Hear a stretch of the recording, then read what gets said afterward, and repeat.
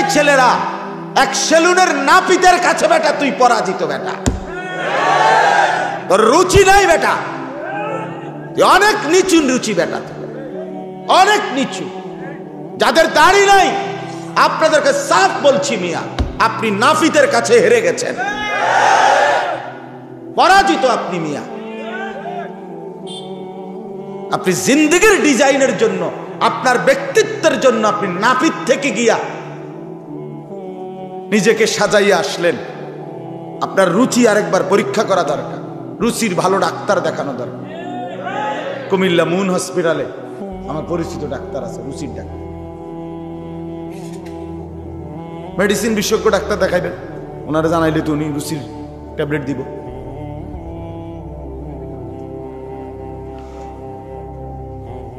এটা ফিকিরের ব্যাপার, অবশ্যই আপনার তো আপনি বুঝায় বলেন।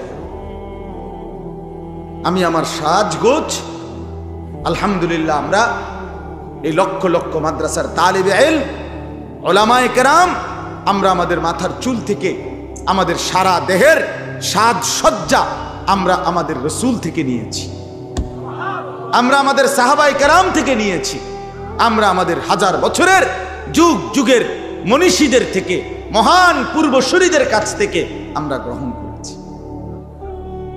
আমি সেলুন থেকে ডিজাইন নেই, আমার দাড়ি সেলুনওয়ালার সিদ্ধান্ত না, আমার রসুলুল্লাহর সিদ্ধান্ত।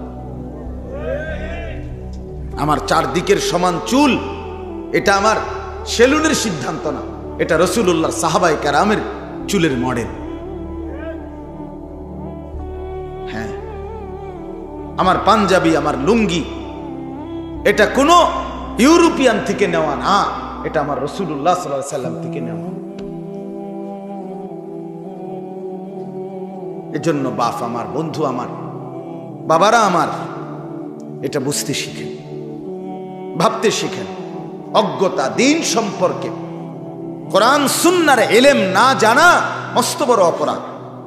এটাকে আপনি শুধু একটা বিষয় মনে করেন না, মাদ্রাসার এই পড়া এটা শুধু একটা বিষয় না, এটা আপনার জিন্দেগি, এটা হায়াত, এটা নূর, এটা আলো। কোরআন আল্লাহ তাআলা বলছেন, কোরআনুল করিম নূর, এটা নূর, এটা আলো, হুদান, এটা হেদায়েত, বুশরা, এটা সুসংবাদ। আল্লাহ বলছে এটা বাসায়ের, অন্তর্দৃষ্টি সম্পন্ন। আল্লাহ তাআলা বলছে এটা মাউইযা, এটা উপদেশ। আল্লাহ তাআলা বলছে এটা শিফাউন লিন্নাস, বিশ্ব মানবতার সমস্ত রোগের শিফা, ঔষধ। আল্লাহ তাআলা বলছে হুদাল লিন্নাস, বিশ্ব মানবতার পথের সন্ধান। ওয়া বাইয়িনাতিম মিনাল হুদা, সমস্ত মানুষের চলার পথ সুস্পষ্ট বর্ণনাকারী এই কোরআন। আল্লাহ বলছে এটা ফুরকান, ওয়াল ফুরকান অর্থ হচ্ছে সত্য মিথ্যা, ন্যায় অন্যায়, যৌক্তিক অযৌক্তিক, জায়েজ না জায়েজ, বৈধ অবৈধ, হালাল হারাম, উচিত অনুচিতের পার্থক্যকারী একমাত্র আল্লাহর কোরআন। বাংলা বই থেকে এটা হবে না, অঙ্ক বই দিয়ে এটা হবে না দোস্ত, ইংরেজি বই দিয়ে হবে না, পদার্থবিজ্ঞান জীববিজ্ঞান বই দিয়ে হবে না দোস্ত, এটা কোরআন থেকে। হ্যাঁ, শুধু আকল খাটাইলে হবে না, শুধু মানুষের ওই বই বুদ্ধি বিবেচনা পড়লে হবে না। কুকুর আর ছাগল, কুকুর এবং ছাগল আপনি দেখেন, দেখতে সাইজ একই রকম, শরীরের সাইজ একরকম না, কথা কয় না, মানে গঠন লম্বা দৈর্ঘ্য প্রস্থে দেখেন একই রকম। কুকুরের সৃষ্টিকর্তা যিনি, ছাগলেরও সৃষ্টিকর্তা তিনি কে? আল্লাহ। কুকুরের শরীরে যত গোস্ত রক্ত এটা যিনি দিছেন, ছাগলের শরীরেও গোস্ত রক্ত তিনিই দিছেন। কথা বুঝছেন? কাজেই যুক্তির বিচারে দোনোটাই হালাল হবে, যুক্তির বিচারে দোনোটাই হারাম হবে। একটা হালাল একটা হারাম। কুকুর কেন হারাম, ছাগল কেন হালাল, কুকুরের গোস্ত কেন খাই না, ছাগলের গোস্ত কেন খাই, এই যে একটা হালাল একটা হারাম, একটা ন্যায় একটা অন্যায়, একটা জায়েজ আর একটা না জায়েজ, এই ফায়সালাটা আল্লাহর কোরআন করে দিয়েছে। মানে পৃথিবীর কারো বিবেচনা দিয়া এই সিদ্ধান্ত নেওয়ার সিস্টেম নেই। আপনি বলেন, যাদের কাছে এই ওয়াহির বিশ্বাস নাই তাদের কাছে প্রতিনিয়ত তারা কুকুরের গোশত খায়। খায় কিনা বলেন না কেন? কেন সেইটাকে মানে না? আপনি খান না কেন? আমি এটাকে মানি। কথা বলেন, এটা কি এই কোরআন মানে দেখেই তো, কোরআনের বিধান জানে দেখেই তো মুসলমান ইমানদার কুকুরের গোশত খায় না, তো শূকরের গোশত খায় না। অথচ পৃথিবীর অত্যাধুনিক ইউরোপিয়ান দেশে শূকরের ফার্ম সবচেয়ে উন্নত ফার্ম। শূকর লালন পালনের সবচেয়ে ব্যবস্থাপনা সবচেয়ে উন্নত, সবচেয়ে উন্নত। শূকরেরও সমস্ত পারফিউম, সমস্ত রকমের সাবান প্রসাধনী তার জন্য ব্যবহার হয়। ইউরোপিয়ান অসংখ্য নারী, কারো একান্তের জীবন সঙ্গী কোন পুরুষ বয়ফ্রেন্ড, আর কারো এই বয়ফ্রেন্ডের জায়গায় অসংখ্য নারী তাদের জীবনের 24 ঘন্টার সঙ্গী একটি কুত্তা। ওটা নিয়েই রাত কাটায়, দিন কাটায়। তাইলে এই বোধ বিশ্বাস, সোজা হিসাব, এই হালাল হারাম, এই ন্যায় অন্যায় পার্থক্যের একমাত্র মাধ্যম ওয়াহির জ্ঞান, আসমানের ইলম, রব্বে করিমের ইলম, কোরআন সুন্নাহ। এটা থেকে বঞ্চিত বন্ধু তুমি আলো পাইবা না। বাদ কতটি খাওয়ান যাইব, আর বাদ কতটি খাওয়ান কোনো আশ্চর্য কিছু না। ফাঙ্গাস তেলা পিয়া কোনো এত অবাক কিছু না। ফার্মের মুরকা, কক মুরকা, এ ফুলকপি, ভাতা কপি, নেতা, কাঁচামরিচ, খিরা, টমাটো, এই তো জিন্দিগি না। জন্তু জানোয়ার এর চাইতে বেশি দুনিয়া ভোগ করে। জঙ্গলের বাঘ কোনো বেলা ফাঙ্গাস খায় না, উনি দিয়েছেন। জঙ্গলের সিংহ এক বেলাও সে ফুলকপি, ভাতা কপি, ইতান তরকারি দিলে লইতো না। দাঁত ফালাই দেবো বেড়া, আমার বাপ দাদা 14 গোষ্ঠী বংশধর জীবনে কোনোদিন প্রতিবেলা গোশত ছাড়া কিছু খায় না। মাংসাশী প্রাণী যেগুলো হিংস্র জন্তুর মধ্যে, তারা তো সবসময় পুরো হায়াত গোশতই খায়। আল্লাহ তাআলা দুনিয়া জন্তু জানোয়ারকেও বেশি ভোগ করায় বন্ধু। এটা কোনো আশ্চর্য কিছু না দোস্ত। আমার দুনিয়া উপভোগ করা প্রকৃত সফলতা কোরআন সুন্নাহর ইলম, ওয়াহির জ্ঞান, রব্বে করিমের পক্ষ থেকে প্রেরিত ইলম। এজন্য বললাম জাহান্নামে যাওয়ার দ্বিতীয় কারণ জাহালত, তৃতীয় কারণ দলালাত, পথভ্রষ্টতা, পথ হারিয়ে ফেলা, পথ ভুলে যাওয়া, উল্টো পথে যাওয়া। সে বুঝে জানে সে এটা হালাল এটা হারাম এটা জানে, ইচ্ছা করে সে উল্টাটা করতেছে।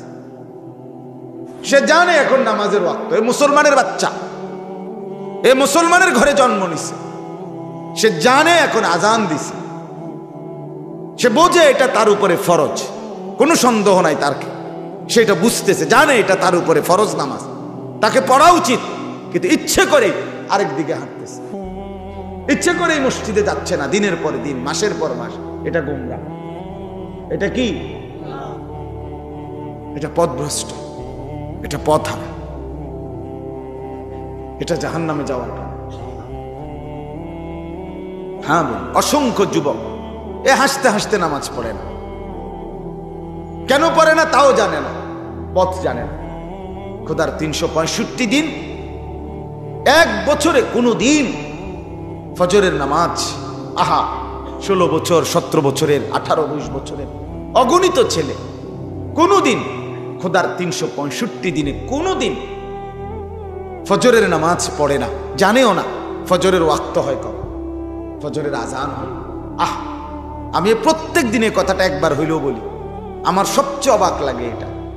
মুসলমানের ঘরে বাবা মা জীবিত, অথচ তাদের ছেলে মেয়ে আজকে 365 দিন, একটা বছর কোনো দিন ফজরের নামাজ পড়লো না। এত বড় জানোয়ার মুসলমানের ঘরে কেমনে ঘুমায় আমার মাথাতে আজও ঢোকে না। আমি আর এটা বুঝা গেলাম না। এত বড় জানোয়ার, এত বড় হাইওয়ান, এত বড় নির্লজ্জ বেহায়া এক মুসলমানের ঘরে ঘুমায় কেমন? ওই বাপ বেঁচে আছে কিভাবে? ওই মা বেঁচে আছে কিভাবে? ওই বাবার জীবনের সার্থকতা কি? এই সংসারের অভিভাবকটা জীবনের অর্জন কি? তার কি অর্জন? তার যার স্ত্রী সন্তান আজকে 20 বছর ধরে প্রতিদিন রঙিন টেলিভিশনে তার ঘরে নাচ গান নর্তকীর ছবি দেখে, আহা, এই লোকের অর্জন কি? তাই যার ছেলেটা নামাজ পড়ে না, মেয়েটা নামাজ পড়ে না, যার ছেলের বউ পর্দা করে না, মেয়েটা পর্দা করে না, এই নাফরমান, এই জিন্দিগির সার্থকতা কি? ভাব কি অর্জন? একজন পুরুষ, একটা মানুষের তো একটা সফলতা আছে, আমার জীবনের অর্জন, এটা আমি করছি আমার 60 বছরে, 40 বছরে, 30 বছরে। কি করল? কি করল? এক সেট সোফা বানাইছে, সোফা, 2টা খাট বানাইছে, এই একটা ফ্রিজ কিনছে, 3টা আলমারি বানাইছে, হ্যাঁ, কয়টা লবণের বাটি, চায়ের কাপ, কাচের প্লেট, এই তো আর কি? তা ফার্নিচার। এবার কি? এই জীবনে কত হাজার হাজার মানুষের বাসাতে তো গেলাম, কি তার ফার্নিচার? সোফা এক সেট, একটা ডাইনিং টেবিল, 6টা চেয়ার, 2 খাট বা 3টা খাট, বক্স খাট, একটা ফ্রিজ, 2টা আলমারি বা একটা আলমারি, কিছু লবণের বাটি, চায়ের কাপ, কাচের প্লেট। এই তো বাপ, এই তো আর কি? তা এই সামান্য এটুকুর জন্য 60 বছরের হায়াত শেষ। এই সামান্য এটুকুর, এই কদ্দুর, এই বাত মাসের জন্য, এই কদ্দুর ফার্নিচার, আসবাবপত্র, গহনার জন্য এত মিথ্যা কথা বলতে হয়, এত টাকা সুদ খাইতে হয়, এত কিস্তি নিতে হয়। আস্তাগফিরুল্লাহ, আস্তাগফিরুল্লাহ। জীবনের তরে এই বাংলাদেশে এমন সন্তান আছে, ইউরোপের একটা নাগরিকত্ব পাওয়ার জন্য, গ্রিন কার্ড পাওয়ার জন্য, ইহুদিদের থেকে, খ্রিস্টানদের থেকে একটা নাগরিকত্বের সনদ পাওয়ার জন্য এমন অসংখ্য বদনসিব, দুর্ভাগা আছে। আল্লাহ মাফ করে দেন, আমি সবাইকে বলছি না, এমন অনেক দুর্ভাগা আছে যে দুর্ভাগা নিজের ইসলামের পরিচয়টা মুছে দেয়। খ্রিস্টান নারীকে কন্ট্রাক্টে বিয়ে করে, চুক্তিতে,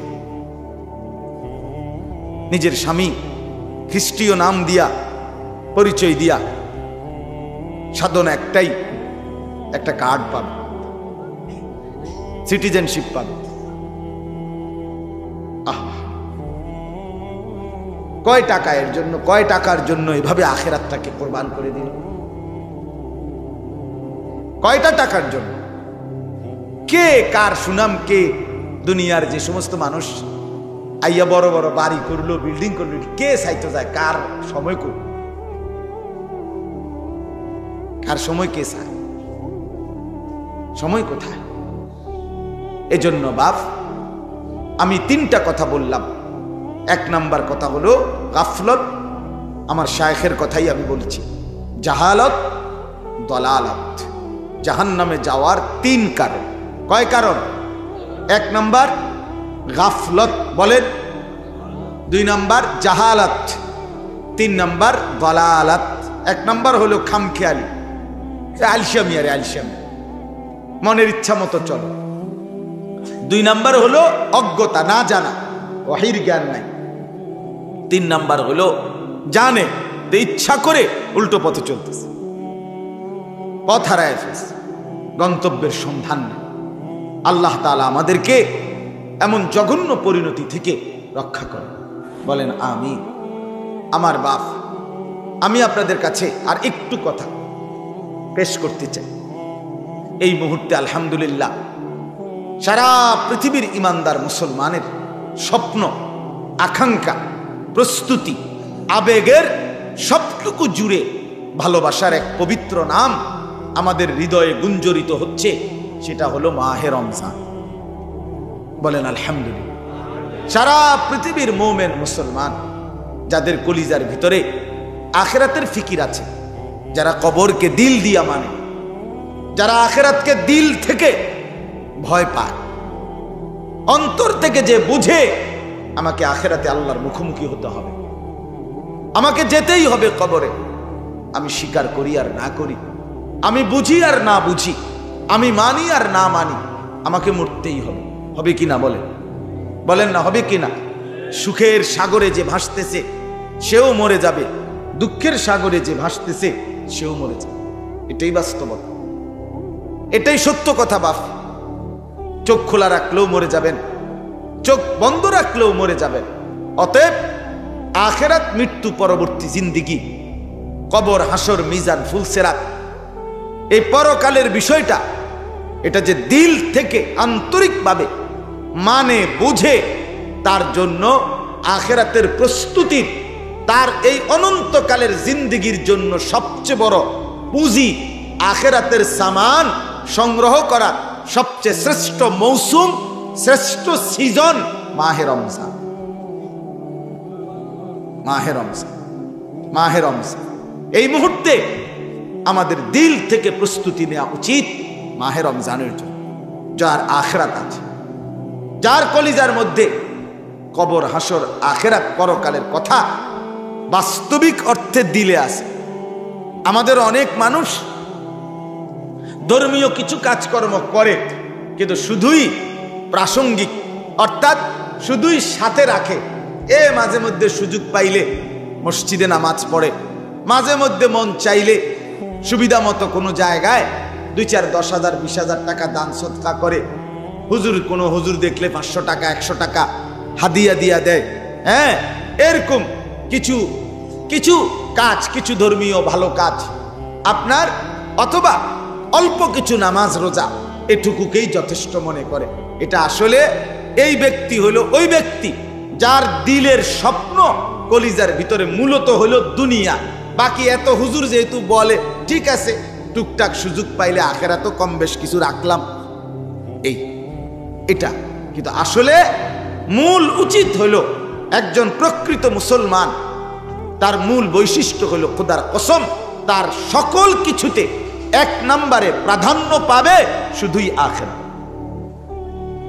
মুমিনের প্রাধান্য আখিরাত, মুমিনের প্রথম স্বপ্ন আখিরাত, মুমিনের প্রথম ভালোবাসা আখিরাত, মুমিনের প্রথম প্ল্যান প্রোগ্রাম আখিরাত, পরকাল।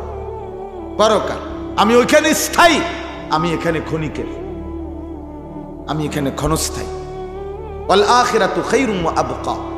আল্লাহ তাআলা বলেন, বান্দা আখিরাতেই উত্তম, আখিরাতেই স্থায়ী, দুনিয়া ক্ষণিকের। ওমা হাদিহিল হায়াতুদ দুনিয়া ইল্লা লাহবুন ওয়া লাইব। আল্লাহ তাআলা বলে, বান্দা দুনিয়ার জীবন আর কিছুই নয়, শুধুই তামাশা, শুধুই খেলাধুলা। ওয়া ইন্নাদ দারাল আখিরাতা লাহিয়াল হায়াওয়ান। কোরআনের আয়াত। আল্লাহ বলে, বান্দা শুনো, আখিরাতের ঘর জান্নাত, সেটাই জীবন, সেটাই বেঁচে থাকা। এটা কোনো বেঁচে থাকা, এটা ক্ষণিকের। আসল বেঁচে থাকা, আসল জীবন মিলবে আখিরাত। কোথায় বলেন না? সত্যি প্রকৃত হায়াত, সার্থক হায়াত, বেঁচে থাকার স্বাদ, বেঁচে থাকার মজা, বেঁচে থাকার তৃপ্তি, উপভোগের মজা আর গ্রহণ করার নিজের কামনা, বাসনা, আকাঙ্ক্ষা, নিজের সমস্ত আবেগ পূরণ করার সর্বশ্রেষ্ঠ জায়গা আল্লাহর জান্নাত, আখিরাত।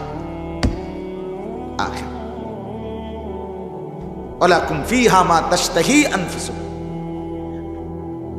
আল্লাহ তাআলা বলছে, আখিরাতে, জান্নাতে তোমার মনে যা চাইবে তাই দেয়া হবে। তাহলে যা চাই আমার দিলের সব আকাঙ্ক্ষা পূরণ হবে শুধুই জান্নাত, শুধুই জান্নাত। এই জন্য বাপ কথাটা বুঝতে শিখেন। একজন শুনলে একজনই শুনেন, একসাথে সবাই বদলায় না, একসাথে সবাই গুরুত্বও দেয় না। এটাই জিন্দেগি। আমরা ফেরিওয়ালা, আমরা ফেরিওয়ালা, কবরের ফেরি করি, আখিরাতের ফেরি করি, জিকিরের ফেরি করি, গোলামির ফিকির করি, মালিকের বন্দিগির ফেরিওয়ালা। আমরা ফেরি করতে থাকি। আমি প্রায় বলি, ফেরিওয়ালা জানে সে তার প্রতি ডাকে কাস্টমার আসে না। ফেরিওয়ালা যতবার তার মালের ঘোষণা দেয়, প্রত্যেক ডাকে কি কাস্টমার আসে? কিন্তু সে বলা বন্ধ করে। সে বলতেই থাকে। সে জানে হয়তো এই গল্লির থেকে নিয়ে 1 ঘন্টা ওই মাথা পর্যন্ত চিল্লায় গেছে, বালতি বালতি, হ্যাঁ, তারপরে দিয়ে অথবা কাপড় কাপড়, কিন্তু কেউ কাস্টমার নাই। কিন্তু হতে পারে 100 জনের কেউ ডাকে নাই, 1 ঘন্টা পরে একজন কেউ ডাকছে, ওই একজনের জন্যই সে পিছনের 100 বার ধারাবাহিক বলতেই থাকছে। এটাই ফেরিওয়ালা, আমরা ফেরিওয়ালা। আলহামদুলিল্লাহ, দিবা নিশি বলতেই থাকি, বলার চেষ্টাই করছি, বলেই যাব ইনশাআল্লাহ। ফেরাবে তো আল্লাহ, বদলে দিবে আল্লাহ, জিন্দেগি বদলাবে আল্লাহ, আলোর পথ দেখাবে আল্লাহ। ফেরিওয়ালা শুধুই ফেরি করবে, সে তার পণ্যের ঘোষণা দিবে। এই জন্য আমি আপনাদের কাছে অনুরোধ করছি, আমাদের প্রথম যুবক ভাই, তোমাদের কাছেও বলছি, যে কয়জন বসছো বন্ধু, নষ্ট হইও না বাপ, বন্ধু আমার, দোস্ত আমার, তুমি নষ্ট হইও না। নারী, নাচ, গান, জিনা, ব্যভিচার, মদ, জুয়া, সারাদিন এই মোবাইল টিপা, আর এই বিশ্রী চুল, এই বখাটেপনা, পেশাব করে পানি নাও না, ঢিলা কুলুক ব্যবহার করো না, কোনো দিন ফজরের নামাজ পড়ো না, 5 ওয়াক্ত নামাজের জিন্দেগি সেজদা যাদের নাই, দোস্ত আমার, তুমি ভালো নাই, তুমি ভালো নাই। তুমি বহুত আগেই আলোর পথ হারায় ফেলছো, গন্তব্য হারায় ফেলছো, তুমি রাস্তা ভুলে গেছো, রাস্তা ভুলে গেছো, ভুল পথ ধরছো। কোরআন কারীমের মধ্যে আছে, আল্লাহ তাআলা বলেন, ওয়ালা তাকরাবুজ জিনা, আমার বান্দা জিনা ব্যভিচারের কাছেও যেও না, ইন্নাহু কানা ফাহিশা, নিশ্চয়ই জিনা ব্যভিচার এটা অশ্লীলতা, ওয়া সাআ সাবিলা, এই কথাটা বলার জন্য আল্লাহ বলে, এই বান্দা, জিনা ব্যভিচার, নারীকে কেন্দ্র করে যত গুনাহ, নারীর সাথে কথা বলা, ভিন নারীর সাথে জিনা, ভিন নারীকে মোবাইলে কিংবা বাস্তবে দেখা, এটা জিনা, ভিন নারীকে ছুঁয়ে দেখা হাত দিয়ে, এটা জিনা, ভিন নারীর কল্পনা অন্তরের মধ্যে লালন করা, এটা জিনা, ভিন নারীর সাথে কথা বলা, এটা জিনা, ভিন নারীর দিকে পায়ে হেঁটে এগিয়ে যাওয়া, এটা জিনা, লজ্জাস্থান দিয়ে জিনা করা, এটাও জিনা, চূড়ান্ত জিনা, আগের গুলোও জিনা। আল্লাহ বলে, বান্দা কোন জিনার কাছে যেও না, ওয়াসাআ সাবিলা, একে তো এটা অশ্লীলতা, দ্বিতীয়ত এটা মন্দ পথ, এটা ভুল পথ, এটা মন্দ রাস্তা। এই বান্দা, ভুল পথে হেঁটো না, ভুল পথে হেঁটো না। এই জন্য বন্ধু আমার, দোস্ত আমার, আমি অনুরোধ করলাম, বাবার আপনাদেরকে বলি, আপনার জিন্দগির পরিচয় বাবা, স্ত্রী সন্তানের দিনদারি, এটাকেই বলে পুরুষ। অভিভাবক বলে তাকে মুসলমান, যে তার স্ত্রী সন্তানের দ্বীনের ফিকির করে। খাট পালং আর সোফা, বিদেশ আর ভাত তরকারি আর বিল্ডিং, ইট বালু আর সিমেন্ট, শুধু এইটা নিয়ে যে ব্যস্ত থাকে, খোদার কসম, তারে মুসলিম অভিভাবক, মুসলমান বাবা বলে না। এমনি বাপ হইতে আরে, কিন্তু মুসলমান বাপ এটারে বলে না, মুসলমান মা এটারে বলে না। যার মেয়ে বেপর্দা, তুই বেটি মুসলমান মা না, বেটি তুমি কোনো মুসলমান বাবা না। তোমার ছেলে আছে 1 বছর 2 বছর, কোনোদিন তোমার ঘরে ফজরের নামাজ পড়ে না, তুমি কোনো ব্যাড হইতো না। তুমি নিজেও আসছো দুনিয়া ভোগ করতা, তোমার জিফুতর লাগাই দিছো দুনিয়া ভোগ করতে। তুমি দুনিয়া লুভি, তুমি সম্পদ লুভি। তুমি ফোলারে কইয়া দিছ, পড়লে ফর, বাবুরে নমাজ রোজাইতান আমার বিষয় না, দেশে থেকে কামাই করলে কামাই কর, নাহলে বিদেশ যা, টেহার দরকার, টেহার দরকার। তো জেডায় তোর চাচাই হুঁচি জমি বেচবো, টাকা আগের থেকে রেডি না রাখলে পরে কোন ফাঁকে বেচালায়, পরে ফেসে বলবো, যা বিদেশ যা, টেহার দরকার। তুই হলি টাকা এটিএম বুথ, তোরে টিপ দিলে টাকা বাইরে, তোর টাকার মেশিন।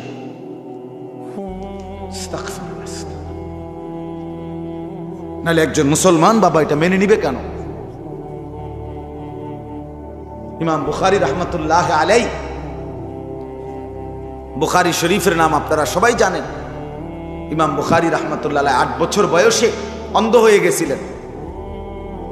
অন্ধ হয়ে যাওয়ার পরে উনার মা লাগাতার লম্বা সময় 2-2.5 মাসের চাইতে বেশি সারা রাত চোখের পানি ফেলে সেজদায় লুটিয়ে আল্লাহর কাছে কেঁদেছেন আর বলছেন, আল্লাহ, আমি আমার সন্তানটাকে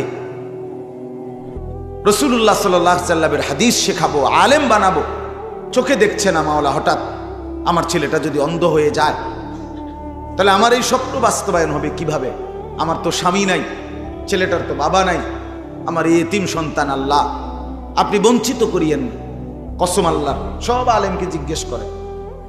ইমাম বুখারী রাহমাতুল্লাহ আলাইহির মায়ের কান্নায় একদিন রাত্রিবেলা ওনার মা ইব্রাহিম আলাইহিস সালামকে, নবী ইব্রাহিমকে স্বপ্নে দেখছে। ইব্রাহিম নবী স্বপ্নে সরাসরি বলছে ইমাম বুখারীর মাকে, মা তোর চোখের পানির বরকতে আল্লাহ তোর সন্তানের চোখের আলো ফিরায় দিছে। পরের দিন সকালবেলা ইমাম বুখারী রাহমাতুল্লাহ আলাইহি ঘুম থেকে জেগে বলতেছে, মা আমি তো গোটা দুনিয়া দেখি মা। মা তো তাকে বলে বাপ, আপন সন্তান এক ওয়াক্ত নামাজ পড়ে না, চেহারা দেখলে, চুল দেখলে বোঝা যায় না মানুষের সুরত, মুসলমানের কোনো চিহ্ন। এমন দুঃখজনক দৃশ্য একজন মুসলমান বাবা মেনে নিচ্ছে কিভাবে? মা মেনে নেয় কিভাবে? পাগল হয়ে যাওয়ার কথা ছিল যে আমার জীবনের আর রইল কি তাই, আমার স্ত্রী সন্তানই যদি হয় খোদার নাফরমান, আমার আর কি রইল? রাসূলুল্লাহ সাল্লাল্লাহু আলাইহি ওয়াসাল্লামের হাদিস, যেই পুরুষ, যেই অভিভাবক তার স্ত্রী সন্তানের জন্য অশ্লীলতা, বেহায়াপনা, হারাম, নাপাকি, নাজায়েজ মেনে নেয়, কসম খোদার, নবী বলছে তাকে বলে দাইয়ুস, তার জন্য জান্নাত হারাম।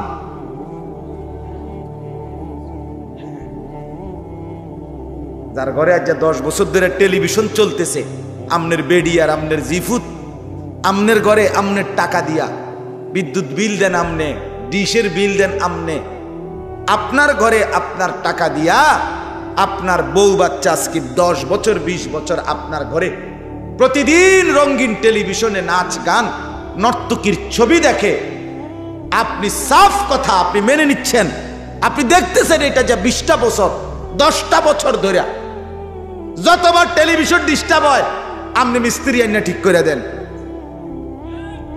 আপনি ঠিক, আপনি বিল দেন, আপনি ডিশের বিল দেন, বিদ্যুৎ বিল আপনি দেন, আপনি মেনে নিচ্ছেন আপনার স্ত্রী সন্তান নর্তকী দেখবে, নাচ দেখবে, জিনা বেবিচারের দৃশ্য দেখবে, উলঙ্গ ছবি দেখবে, হিন্দি সিরিয়াল দেখবে। আমি মেনে নিলাম, এই যে পুরুষ এটা মেনে নিচ্ছেন, যাদের ঘরে এভাবে দিবানিশি চলছে, আপনারা দাইয়ুসের অন্তর্ভুক্ত কিনা আলেম থেকে জেনে নিন,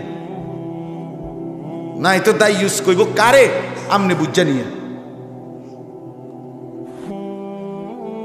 কি ভাবছেন জান্নাত মামুর বাড়ি? হ্যাঁ, আমার শায়েখ আল্লামা মুফতি মুশতাকুন নবী সাহেব দিবানিশি বলে, এরে আল্লাহর বান্দা, হাসরের মাঠ কোনো মামার বাড়ি না, নানার বাড়ি না, হাসরের মাঠ কোনো শ্বশুর বাড়ি না, হাসরের মাঠ সেই মাঠ বাপ সোয়া লাখ আম্বিয়া, সমস্ত নবী রাসূল, আদম থেকে মুহাম্মদ সাল্লাল্লাহু আলাইহি ওয়াসাল্লাম পর্যন্ত সমস্ত নবী যেই মাঠের ভয়ে দিবানিশি দুনিয়ার হায়াতে কাঁদছেন, সেই মাঠের নাম হাসরের মাঠ। সমস্ত সাহাবী, তাবিঈ, আউলিয়া, সমস্ত নেককার বুজুর্গ যে মাঠের ভয়ে অন্তরে সর্বদা কাঁপছেন, ভয় পাইছেন, কাঁদছেন, সেই মাঠকে বলে হাসরের মাঠ। আমরা কিতাবে পড়ছি হযরত আবু বকর সিদ্দিক রাদিয়াল্লাহু তাআলা আনহু ইন্তেকালের পূর্বে মাঝে মাঝে এরকম গাছের পাতা টানতেন, ছিটতেন আর বলতেন, হায় আমি যদি এই গাছ হতাম, আমাকে যদি কেটে ফেলে দিত, লাউ কুনতু শাজারাতান তু'দাদু, আমি যদি গাছ হতাম, আমাকে যদি ফেলে দিত কেউ, আমি যদি পাতা হতাম, আমাকে যদি কেউ ছিঁড়ে ফেলে দিত, আমি যদি আসরের মাঠে না যাইতাম। হযরত ওমর রাদিয়াল্লাহু তাআলা আনহু শাহাদাতের পূর্ব মুহূর্তে, ইন্তেকালের পূর্ব মুহূর্তে হযরত আব্দুল্লাহ ইবনে আব্বাস রাদিয়াল্লাহু তাআলা আনহুমার মতো সাহাবী উনি হযরত ওমরের প্রশংসা করতেছিলেন মৃত্যুর মুহূর্তে, বলতেছেন, আমিরুল মুমিনিন, আপনি 10.5 বছর মুসলমানদের খলিফা ছিলেন, আপনি অর্ধ পৃথিবী শাসন করেছেন, আপনার আমলে কত দেশ কত শহর বিজয় হয়েছে, আপনার অনেক মর্যাদা, আপনি কেন ঘাবড়াচ্ছেন, কাঁদতেছেন? কসম আল্লাহর, আমরা কিতাবে পড়ছি হযরত ওমর রাদিয়াল্লাহু তাআলা আনহু বলছে, ইবনে আব্বাস দোয়া করো আমার সারা জিন্দেগীর এই মেহনতের বিনিময়ে আল্লাহ যদি কমপক্ষে আমার গুনাহ এবং নেকি বরাবর করেও যদি আমারে ছাইরা দেয় তাইলেও আমি সন্তুষ্ট। লা আজরা ওয়ালা ভিজরা, হিসাবের মধ্যে যেন একদূর হয় যে আর নেকিও নাই তবে আর গুনাহও, কমপক্ষে যদি একদূর হয় আমার সারি। ওমরের মতো সাহাবী বলছেন, বাপ আখিরাতটাকে খামখেয়ালি মনে করছেন আপনারা মুরব্বীরা, আপনারা চা দোকানে জিন্দেগি শেষ করে দিচ্ছে, কি ভাবছেন আসলে আখিরাত? আমি বুঝি না। 60 বছরের বুড়া মানুষ এখনো বিড়ি সিগারেট খায়। আরে এই চাচা আখিরাত কি বুঝলা যে এতটা বছরে? 60 বছরের বুড়া মানুষ এখনো চা দোকানে বসে রঙিন টেলিভিশনে নাচ গান দেখে। আহা চাচা, আপনি কি বুঝলেন চাচা? আজকে এতদিনও আপনি আখিরাত বুঝলেন না? আজকে এত বছর পরেও কবরের ভয় আসলো না? আহা মুসলমান, আর আসবে কোন দিন? আর কে বললে, আর কখন বললে আল্লাহর কোরআনের চাইতে দামি আর কোন কথা বললে আমরা বুঝতাম? কোরআনুল কারীমে আছে, আল্লাহ বলছেন, ফাবিআইয়ি হাদিসিন বাদাহু ইউমিনুন। এই যে আল্লাহ বলছে, বান্দা বলো তো এর চাইতে, এটা এই কোরআনকে বলছে আল্লাহ বলছে, আমার বান্দা বলো তো এই কোরআনকে বাদ দিয়ে এটার পরে আর কি বললে, কোন কথাটা বললে ইউমিনুন, তোমরা ঈমান আনতা বান্দা, আমারে বলো না আমি আর কি বললে বিশ্বাস করতাম, বলো বান্দা। এই কোরআনের পিছনে আমার বন্ধুর 23 বছরের মেহনত। এই এক কোরআন বুঝায় দিতে গিয়ে আমি আমার বন্ধুর পিঠ থেকে তায়েফের অঝরে রক্ত ঝরিয়েছি। আমার বন্ধুর দান দান শহীদ হয়েছে, জমিন রক্তে ভিজে গেছে। আমার বন্ধু পেটে পাথর বাঁধছে, 3 মাস ঘরের চুলায় আগুন জ্বলে নাই। আমার বন্ধুর চোখের সামনে তার সাহাবীদের লাশ, যুদ্ধের ময়দানে শাহাদাতের লাশ তরফাইছে, রক্তে ভাইসা গেছে। বন্ধু আমার নিজের চোখে দেখছে। এত কষ্ট, এত ত্যাগ, এত তিতিক্ষা, এত কোরবানির বিনিময়ে আমি আল্লাহ তাআলা আর কি বললে বান্দা বিশ্বাস করতাম? আর কিভাবে বললে বলেন? রাত গভীরে বলেন। আমার এতগুলো কথার অর্থ এটাই, আপনার দিলে শুধু একটু বিবেক জাগানো, একটু নড়ে ওঠেন। এই বাপ, একটু নড়ে ওঠেন, নিজের দিলকে একটাবার প্রশ্ন করেন, আসলে কেন বিড়ি খাচ্ছেন? কেন চা দোকানে নাচ গান দেখেন? ও বাপ, কেন দাড়ি কাটেন? কেন? কারে সুন্দর দেখানোর জন্য? দাড়ি কাটা চেহারা সুন্দর না বাপ।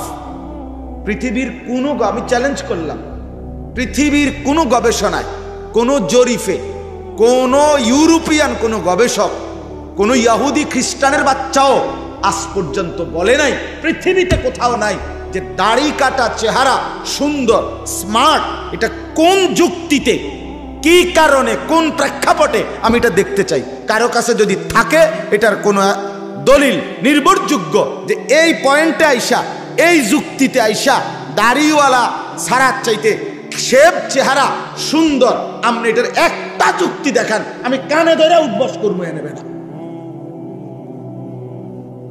কানে ধরে বটনি লাগামো বেটা, বলেন।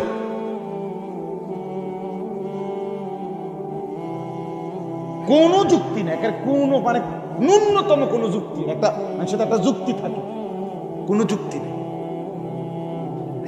দাড়িবিহীন চেহারা সুন্দর নয়, সারা পৃথিবীকে চ্যালেঞ্জ করে দাড়িওয়ালা চেহারা সুন্দর।